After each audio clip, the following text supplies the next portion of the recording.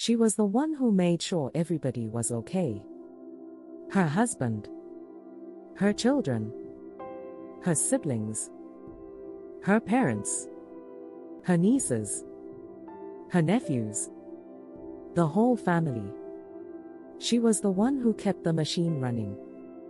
The one who cancelled her plans to babysit their kids.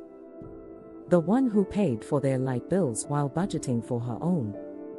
The one who stayed up late after caring for her own children to answer someone else's crisis call. She never let anyone go without except herself. Because while she poured into everyone else, her own cup stayed empty. Her health, her rest, her emotional needs, her soul care, neglected, dismissed, postponed, forgotten. Because somewhere along the way, she believed, as long as they're good, I'm good. But that was a lie. Because when her house broke, the same ones she carried had every excuse not to be present. Too busy. Out of town. Sending prayers but not presence. Offering advice, but not showing up.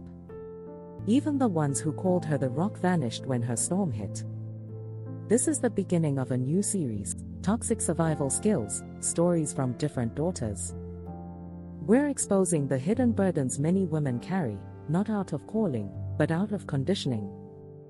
Roles we thought were godly, but were actually breaking us. But God never intended for survival to be your identity. He's calling you from performance into peace. From silent exhaustion into sacred balance. From burnout into bold boundaries. Because survival may have been your starting point, but it's not your destiny. She was the strong one they could always count on.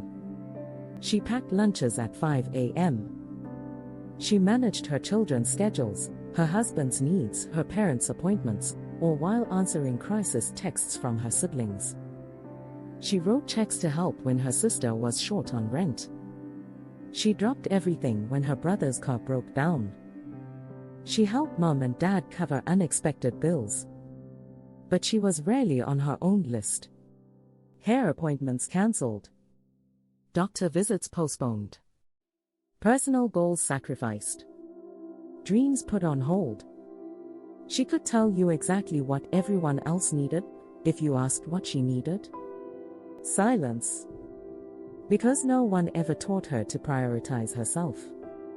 She was trained to give, but not receive. And then one day, her house faced crisis, her child became sick. Her marriage hit a storm. Her finances dipped. And where were they? Busy. Unavailable. Offering empty words but no real help. Suddenly silent. And yet, she still blamed herself. Maybe I shouldn't expect people to help me. Maybe I'm asking for too much. Maybe I should pray harder. Her survival skill was being everyone's safe place except her own. She equated love with labor. She equated loyalty with exhaustion. She equated being needed with being valued. She was addicted to being the one they could always call. As long as I'm strong, I'm worthy. As long as I'm useful, I won't be forgotten. As long as I hold it together, they'll love me.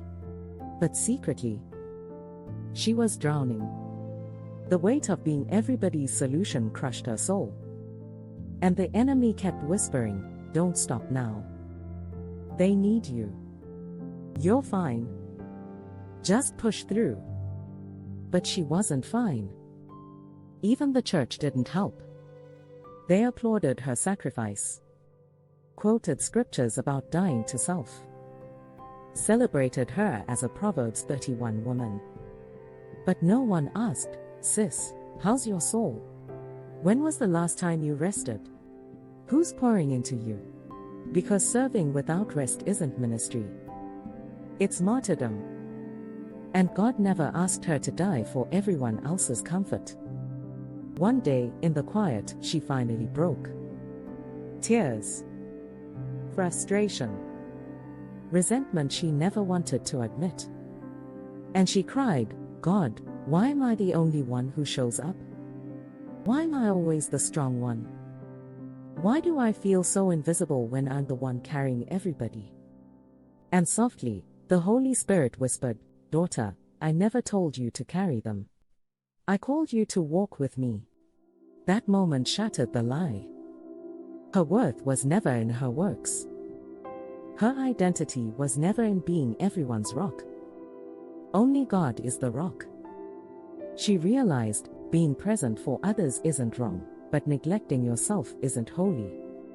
Serving others is beautiful, but ignoring your own soul is destructive.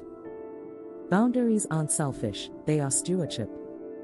1. You matter too. God values your soul care just as much as your service. You cannot pour what you do not have. A full soul serves better than an empty one. 2. Presence isn't performance. You are not defined by how much you do. You are loved for who you are, not for how much you carry. 3. Every yes must honor both God and you. If your yes costs your health, your peace, your marriage, or your wholeness, it's not God honoring. Obedience includes rest. 4. Stop chasing those who refuse to show up for you. When people are absent during your crisis, God is exposing unhealthy expectations. Release them and give God room to fill the gaps. 5. You were never called to be everyone's rock. You were called to stand on the rock. God never assigned you to replace him. 6. Start practicing sacred pauses. Before you say yes, pause and ask, is this my assignment or their expectation? Invite God into every decision. 7. Honor your time as a gift, not a burden. Time is a gift from God. Protect your schedule with wisdom. Leave room for rest, fun, peace, and simply being present in your own life. 8. Set emotional boundaries without apology. You can love people without carrying their crisis. Be present without being possessed. 9. Balance your giving. It's okay to serve others, but not at the cost of neglecting your own household, your marriage, or your personal health. Giving should never require you to disappear. 10. Stop rescuing grown people from their own responsibility. Sometimes love means letting others handle what belongs to them. Maturity honors growth, not codependency. 11. Invest in your own restoration. Take time for your physical health, your emotional healing, your dreams, and your walk with God. You are allowed to pour into you. 12. Learn to say, not this time, but I love you. You don't owe explanations for every no. Protecting your peace is a sign of wisdom, not rebellion. Sis, remember, you can still be loving. You can still be giving. You can still be there. But you are never called to be everywhere, every time, for everyone. Only God holds that role. Your soul matters. Your rest matters. You matter.